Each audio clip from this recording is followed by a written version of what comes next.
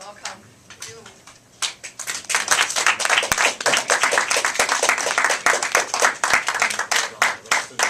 Thank you, Madam General Evaluator.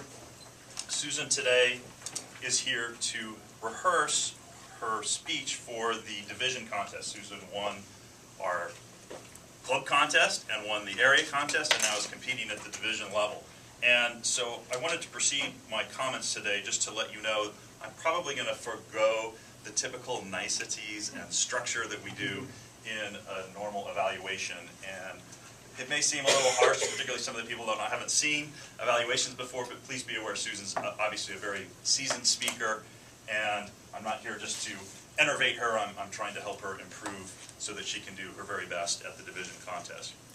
Susan, the first thing that I noticed when you came up is you were kind of fiddling, trying to get that coin out of your pocket. I suggest have the coin in your hand, probably in your left hand, because you're going to come up and shake their hand, and then if you want to flip the coin with your right hand, you can switch it real quick. The other thing I noticed too, right off the bat, is after you did that, you were kind of shifting your shoulder around.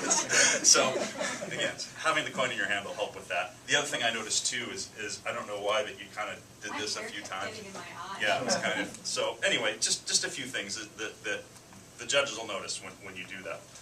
One other thing that I noticed too when you were getting more towards the end and the emotional parts of your speech, typically you had very good eye contact with the audience, but you started to look down, and I noticed, and I don't know if it was just like you're trying to brace yourself and try to prevent yourself from all that emotion coming out.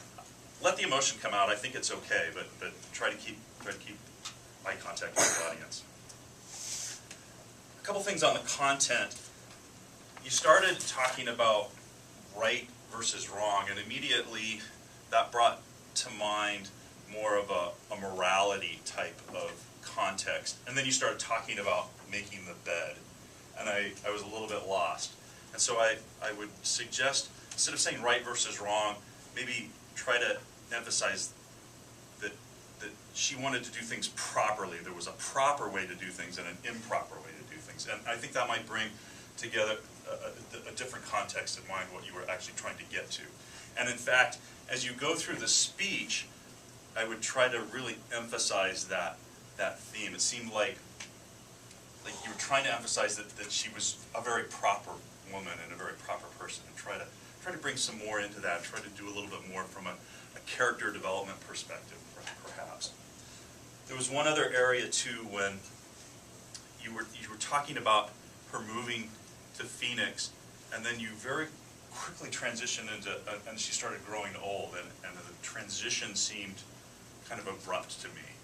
So maybe a couple words in there to try to smooth that transition from, oh, she moved here and now she's growing old.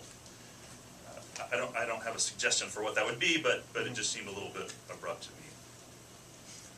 Finally, I really liked, there was a point when you were talking about the fire and the acrid smoke and how she used to pinch pennies, and there was some really good description there, and it really popped out at me.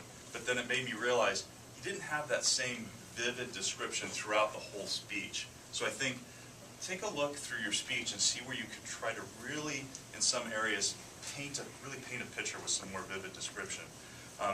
For example, shortly after that, you started talking about playing Scrabble, and maybe have some description of what the home looked like, or really help bring it to life for the audience. That was really the extent of the notes. Otherwise, I thought the speech was done very well. Obviously, you're a very seasoned speaker, and I wish you well